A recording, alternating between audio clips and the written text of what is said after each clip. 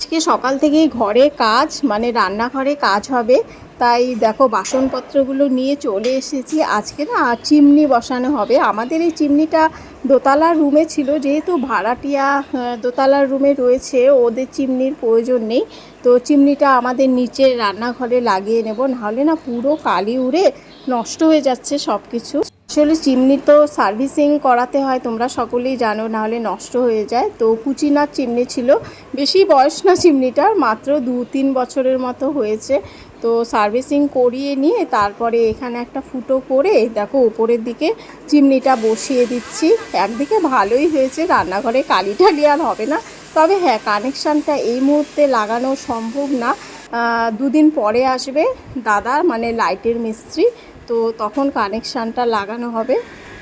যাক, সকাল সকাল চিমনিটা লেগে গেছে, আর আমি মাথার মধ্যেও হেনা করেছি, যার জন্য আর কোনো রকম ভিডিওই শ্যুট করিনি। তো চলো বন্ধুরা, আজকের ভিডিওটা এখানেই শেষ করছি। ভিডিওটা ভালো লাগলে অবশ্যই লাইক, সাবস্ক্রাইব আর কমেন্টস করতে ভুলো না। আবার দেখা হবে নেক্সট ব্লগে। তোমরা ভালো থেকো, টাটা। ও মা, হানি চলে এসেছে। হানি তো ম্যাথ করছিলি। ঠিক আছে, টাটা।